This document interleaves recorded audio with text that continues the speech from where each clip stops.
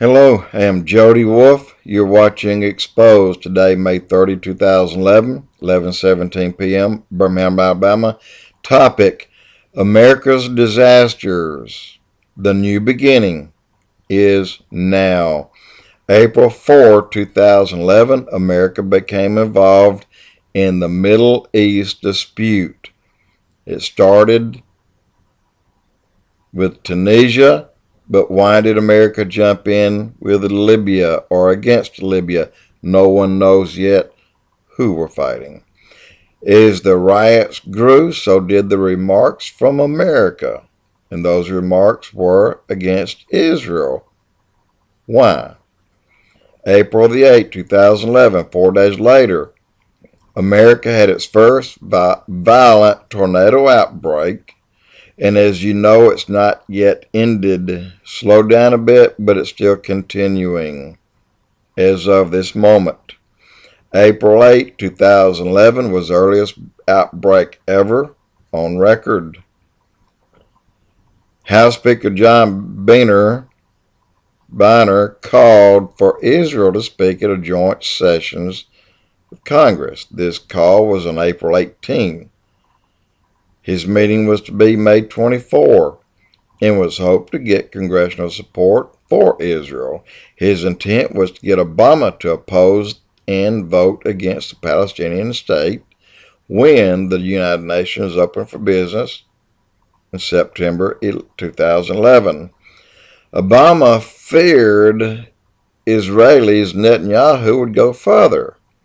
Obama did not want the Israelis to get out in front of Obama in setting their perimeters of any of the future peace talks with Palestinians.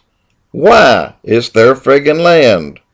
So Obama decides to preempt the Prime Minister by making his own speech a few days earlier.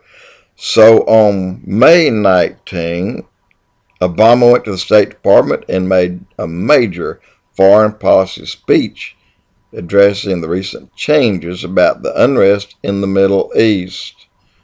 This was after he had already made several speeches between the date of the 4th. The speech fell on the day before Netanyahu was to visit the White House on what was supposed to be a frank discussion about the stalled peace talks.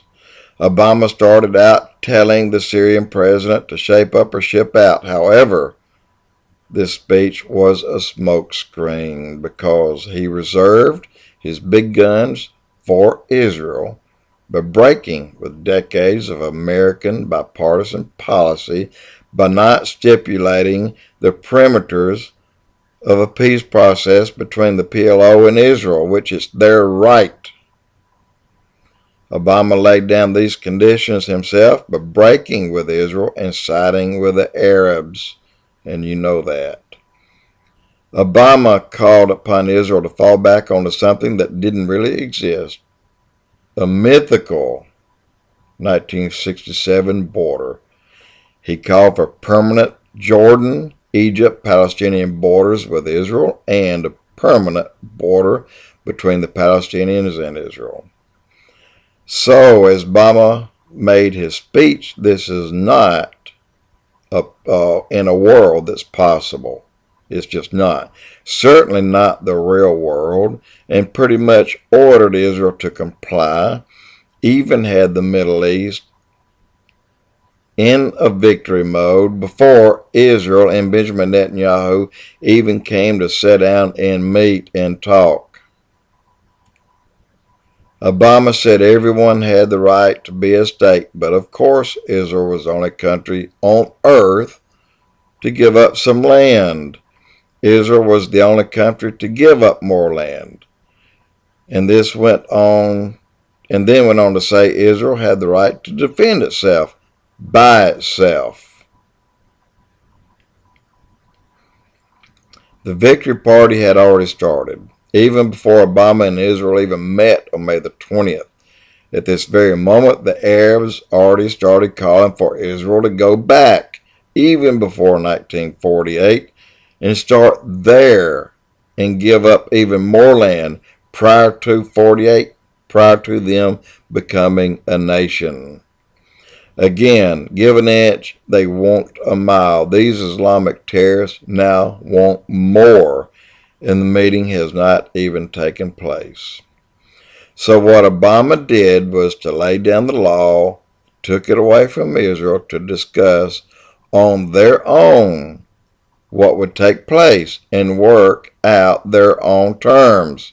They told Israel, we will tell you, you no longer have that right. Big, big mistake.